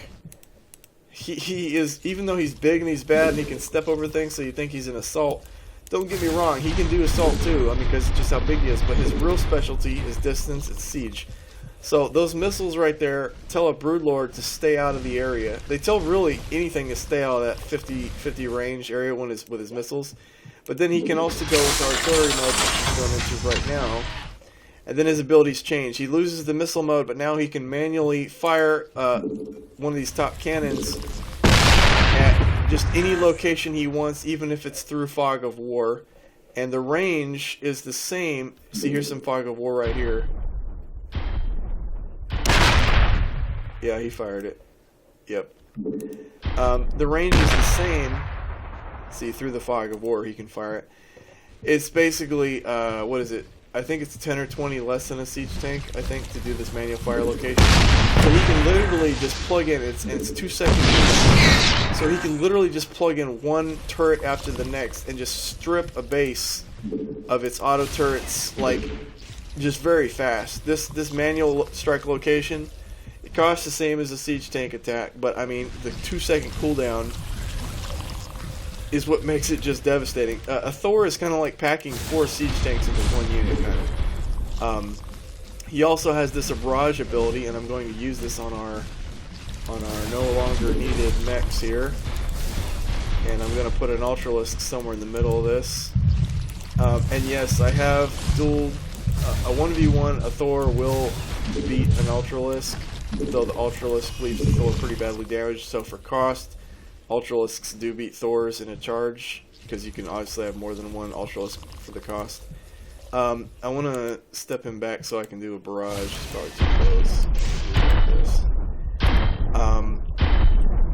When he is in artillery mode, he has 1.75 speed. When he is in regular mode, he is speed 2. So he is actually a little faster when his guns are not leaning over his head like this. So that is something to consider if you're trying to get from one end to the map to the other.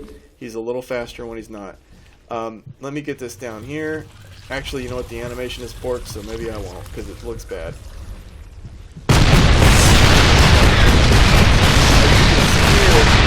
Devastation. He leaves an Ultralisk crippled with 200 health, and everything around it died. His barrage ability is very powerful.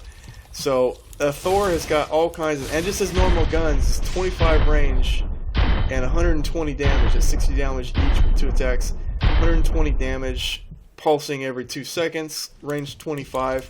He's just a beast. The Thor is just a beast. He is probably the strongest ground unit in the game. Compared to a Colossus, I guess you probably want to see the fight, right? Can we heal Colossus up? Okay, you're healed up. You're all healed up, and we're going to do a duel. Now, this is kind of a stupid duel, and the reason I say that is because, make sure you got enough ammo so you don't run out without it. This is kind of a stupid duel because,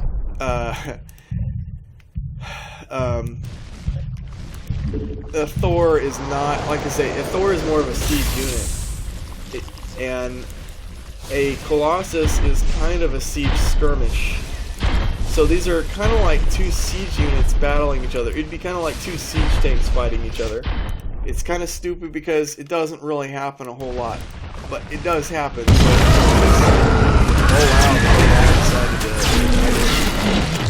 the AI over here, it's been here for an hour and a half.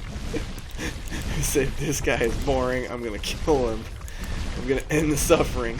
He missed. Anyway, let's get these guys fighting. And, so you can kind of see for yourself. Thor between Colossus. Which one's gonna win? I think Colossus wins. Yeah. Because he does. And keep in mind, the Thor costs more than the Colossus. That's important because that means it could actually have more.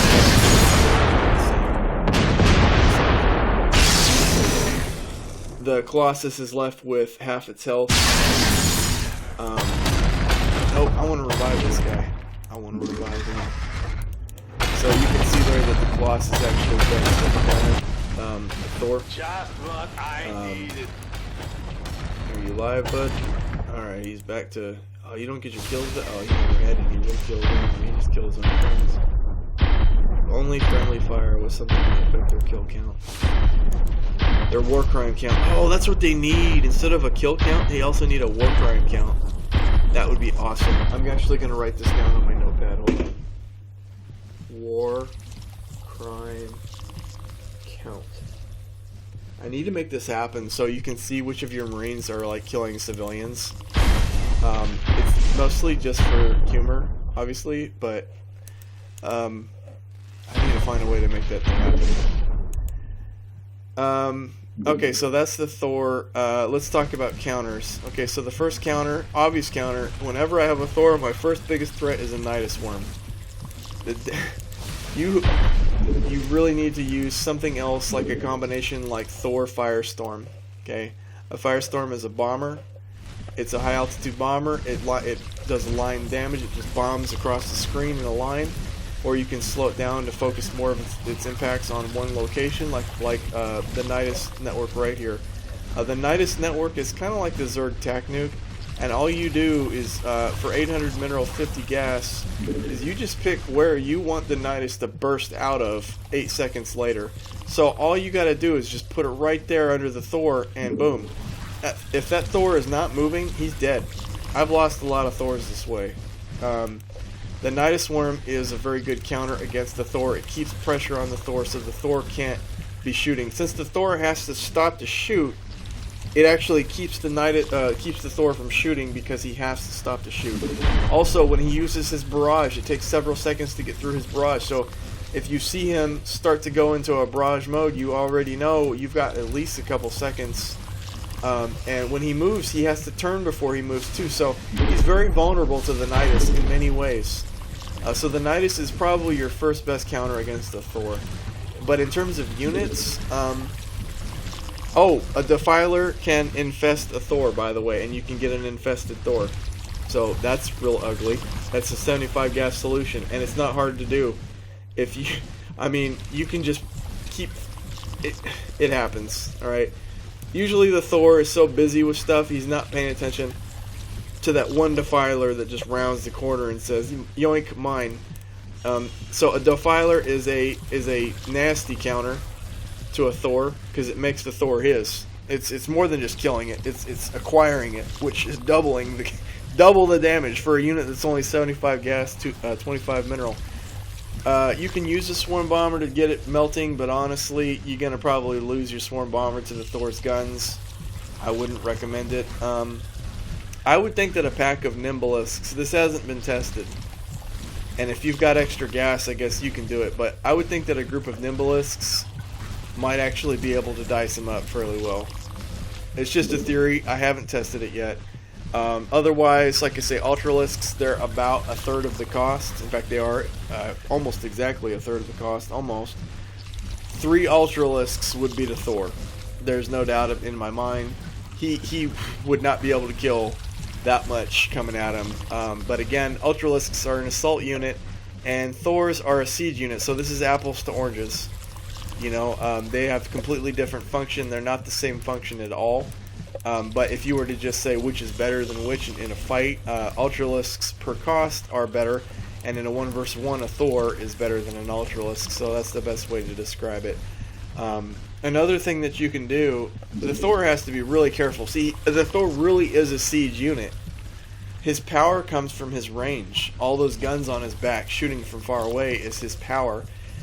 When he gets up close next to all this stuff, he's only just using his handguns. He's just an overglorified tank by this point, but now he's in a lot of danger of being infested by a Defiler, and also, the player can just sit here and make a queen. Let me show you what they're going to do. Where is Queenie? There's Queenie. Get over here, Queenie. You take too long. Move! Oh my gosh. I am impatient when I'm doing a video like this. Get over here. Okay, so Queenie here is going to use Ensnare on this guy. Look how far. Is he stuck? Oh, that's right. That's right. It doesn't affect massive units anymore. Yeah, that would be so jacked. It only affects... Queen can only ensnare small units. Massive units are not affected. Yeah, and I'm really glad that decision that was made, because it... I was going to say, look at this. She could just use this little sad 75 energy thing, this 75 gas unit, and just totally disable this amazing unit, just like that, and then he's done. Then you can infest him, you can Baneling him, you can do whatever you want. No, he's immune to that. I forgot that was changed. Man, I have not remembered that. You can also infest a Thor with a Matriarch, and that is evil. Let me explain why that's evil. Because the Thor is usually busy doing things. He's shooting things, he turns slowly, he's doing all this stuff over here, right? Well, here comes Queenie in right here. Even if he wanted to attack it, look, he just takes so long, and boom, yoink, it's Queenie's now. Just like that. So she can also infest a Thor. That is scary for Thor. So Thor, he's a big bad unit, and he does crush a lot of units, but he has things he's got to worry about, especially with Zerg, man. The Nidus worms, the infestation, he's definitely... Oh, and then of course there's the Spore Cannon, which doesn't really bother him a whole lot. He's thick. He's got a lot of armor to melt. But yeah, Spore Cannons could wear him down over time. Another thing to factor in... Oh wait, let's see here what we got. Now, I'm good with Zerg. I think I've covered Zerg well. In Terran versus Terran, you can use Metal Rain if you want with rocket artillery. You saw how it did 750 I'm sorry, it did 800, at least 800 points of damage to the Punisher. So you can imagine it's going to bring him down to half health with just one metal rain. If you have 2 rocket artilleries, you can launch 2 metal rains onto this Thor, and that's it. So that's a really good counter right there, right off the bat. 2 rocket artilleries costs 500 mineral and 300 gas. Okay, so that's a fraction of that cost of a Thor. And then, of course, let's add on the 200 gas. So the total would be 700 gas, 500 mineral to counter a 3,000 mineral, 500 gas. So this is obviously a gas-heavy counter, but it is still overall a good counter. I believe that the Thor still is costing more.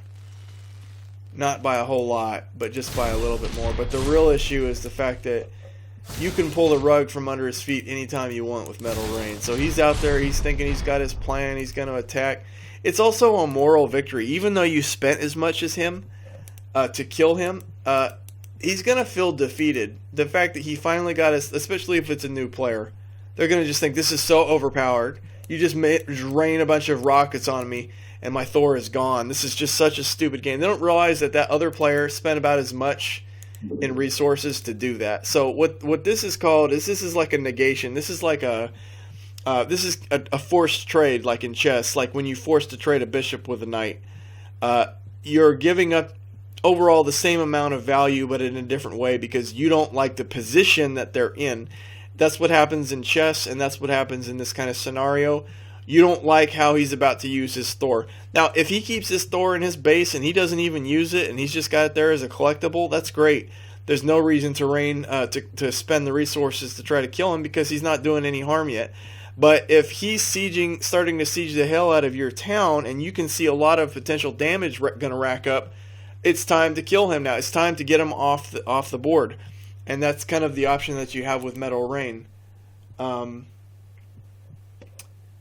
on one second here. I got to close the window here. And turn the light on. It is sundown now.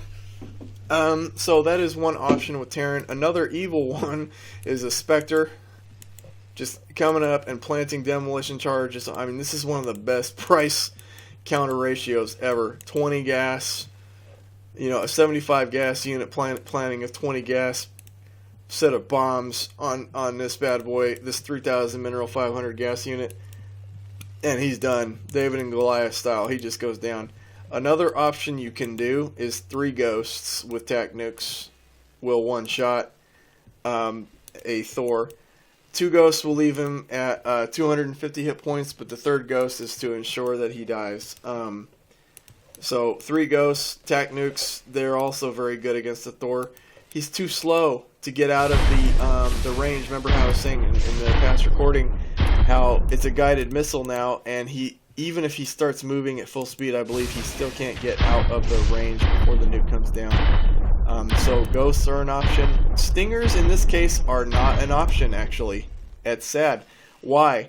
His range, he outranges unupgraded stingers, does splash damage, so he can just blow up, just with his basic weapon he can blow up clusters of stingers. But the real issue is his artillery mode here, and how he can literally just plug in locations of stingers with comm scan. He just scans an area, and he just says, oops, where's my Thor here? Dang it, Thor, I didn't even group him. He just says, I want that to die, I want that to die. Come on, first one to die. I want that to die. I want that to die. He's got to be in range way faster. I want that to die. You see what I'm saying? And say those were all stinger locations. He doesn't even have to get close to the stinger. He can just say, you know what? I'm just going to kill you from really far away. Because like I said, the Thor is a siege unit. Look at all those guns. Do you think those things were meant to beat up units at point blank? No. This right here is a killer from the distance. Alright, that's what the Thor does. He does have the ability, yes, to attack things closer up, but his real power is in his distance. Think of him as like 4 siege tanks in one. He is also countered by the cannon tower. Where is that thing? Where's that SCV here? Let's make a cannon tower here, and I want to show you why. So the cannon tower is 1750 mineral and 500 gas. So it is about 2/3 the overall value of a Thor. But here's why.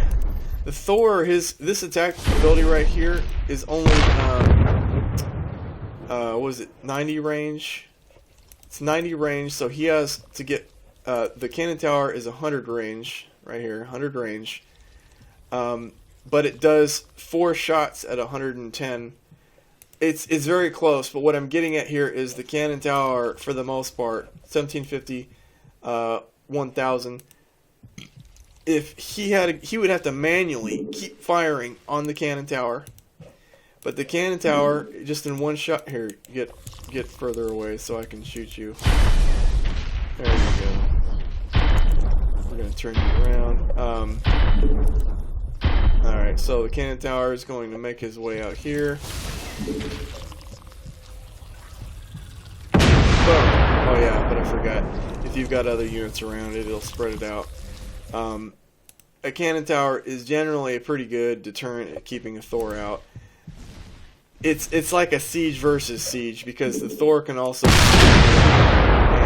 popping off shots at the cannon tower. Once the Thor has the location of the cannon tower, so then the cannon tower is done. But like I said, it's a deterrent because it's whoever spots who first. So in that battle right there, he came down to about half health for a building that was about 2/3 the cost. So, like I said, it's kind of like the rocket artillery option. It's not like a hard counter, but it's definitely a deterrent. It's not something he can just ignore. He can't just keep killing turrets and bunkers and stuff while he's getting pummeled by a cannon. So there is that. A really brutal counter. If you've put 2 and 2 together, if you've learned lessons from these past units. Well, there's 2, actually 3, I should say. The Penguin. This is probably overpowered, and I'm probably going to have to make the mini EMP not affect massive units. Like I said, this is because here's why. Let's look at this. A Penguin is 150 mineral and 100 gas. A Thor is 3,000 mineral, 500 gas. Okay, and you're done. Disabled. 60 seconds. That's it. Now you can do whatever you want. You can plant your charges on them. So I'm thinking that is a little too powerful. I think that the mini EMP should not be able to affect massive units. I'm going to have to probably change that. It's just too much for the scale. He's meant to disable things like a tank, you know, like a mechanoid brutalisk. Ah, shoot, but that's massive too. I'm going to have to figure this one out for sure. This right here is currently, until changes are made, a pretty ridiculous counter. This is going to change. Something about it is going to change for sure. I don't know what exactly yet. But before the Penguin existed, one of the other counters was a science vessel EMP. You just EMP the Thor with a science vessel, and then it's the same. It's good to use this in combination, like with the cannon tower. So, like that little duel I showed you between the cannon tower and the Thor. Now try that where the first 60 seconds the cannon tower can't even, or I'm sorry, the Thor can't even shoot back because you EMP'd it. So EMP with a science vessel was originally the original. This EMP here for the Penguin, if it kept its power, the range would have to be reduced to be under that of the range of a Thor, so the Thor could kill the thing, has some kind of chance to kill it before being completely crippled for a whole minute. So there is that. The missile cruiser can also, once EMP is researched, the missile cruiser can also shoot tactical nukes, which, let me just make one so you can see this for yourself and you can understand. Can somebody repair this guy here? He's just like, he can also do a self-repair. I forgot to mention that, his emergency repair. it's worth almost as much as the original Thor price. But it's pretty valuable. In fact, let's speed this up so he goes faster. So we got that missile cruiser yet? Here we go. Where is... Okay, so here's the missile cruiser. If you haven't guessed it, it does missiles. That's what it does. It can fire tactical nukes. It can fire EMP missiles like a science vessel, so it can disable the Thor. Seeker missiles, closer up. It can call down missiles, and then of course it has its basic missile salvo, which I'll shoot one over here. The missile salvo is actually closer range, but it's cost efficient. It doesn't cost a whole lot of ammo to use, but it's actually pretty good. So here's the Thor. He just finished healing. Now he's going to die. Missile. Okay, so here is the. He can just. Okay, the missile cruiser has a whole set of tactical missile launchers, and there's no cooldown.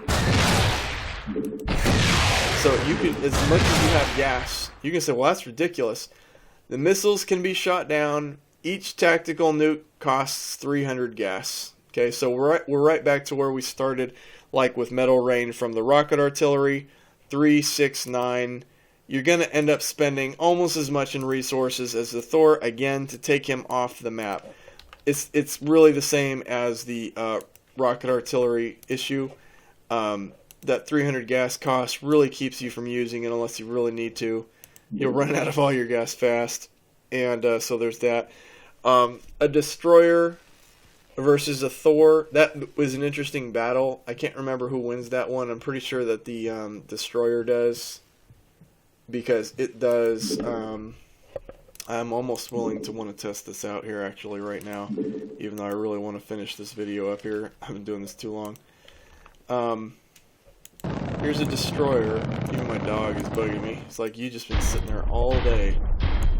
I'm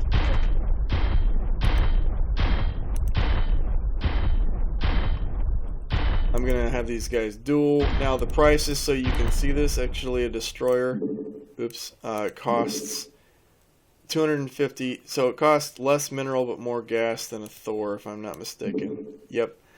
A destroyer is more gas but less mineral than a Thor.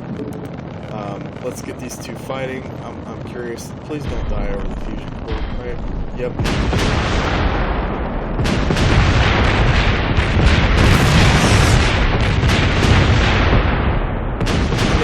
Battling it out here. It looks like, yeah, I thought it was fair because the destroyer is so here we have the destroyer with about a third of his life left, and the Thor has lost. So here's another option right here if you need one. Now again, he's got that missile ability though. You got to remember that 300 damage missile ability. So this destroyer really has to get in there fast. Your forces are under attack. It's going to get slowly picked apart by missiles. So again, it's all depending on how you use the Thor. So I've spent a lot of time on a Terran versus Terran dynamic here versus the Thor. There are counters for the Thor. Let me just for Protoss, I'm almost done here. So okay, we know that the Colossus kills it. You saw that for yourself. You can cut them up with a lot of Dark Templar. Let's see what else do we have here. Arbiter Stasis. Yep, Void Ray. Yeah, so I think I've covered it all. So, alright, I'm good with the mechs. That was the whole mech series with Terrans. And in the next video, I'm going to probably do it sometime tomorrow because I'm just freaking tired. I've been doing this whole thing since 7 in the morning. I'm going to do the aircraft for the Terrans and probably start working on one of the other races. After I'm done with an overview of each of the units and what they do, what I'm going to probably then do then is do a kind of a more of a tactical video about how to use certain units and combinations to be more effective, and that kind of thing. That has nothing really to do with units, but is more to do with position or game strategy, free-for-all game strategy, that kind of stuff. Kind of more of a strategy guide. So I'm just going to try and go through all this. I don't have any of this scripted. I really kind of wish I did. It would probably make it easier, but I'm lazy and I got other things to do. So But yeah, this was the beginning series. You've gone through the infantry and the tanks and the mechs for the Terrans, and we're going to do the aircraft in the next video. Oh, I promised a big nuke, didn't I? Yes, I did. Alright. So, do they have any anti-nukes? I know they do. This is our big nuke. And we need to kill their anti-nukes first to use this. Give a little demonstration of the...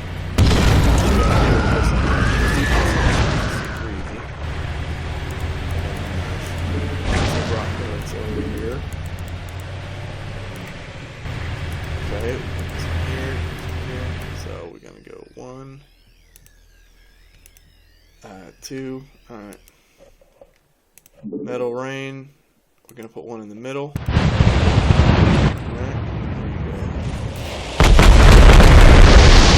Second one.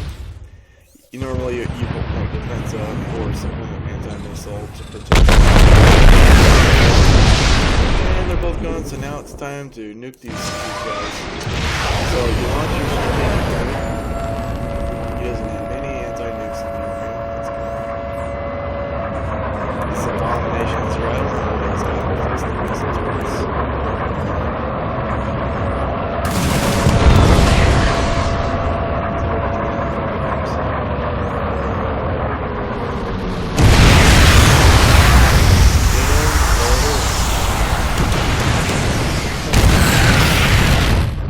So that is a strategic nuke. That's the bad boy. And that's how you got to kill the anti-nukes first to be able to use it. That's it. So, alright, that's it for today.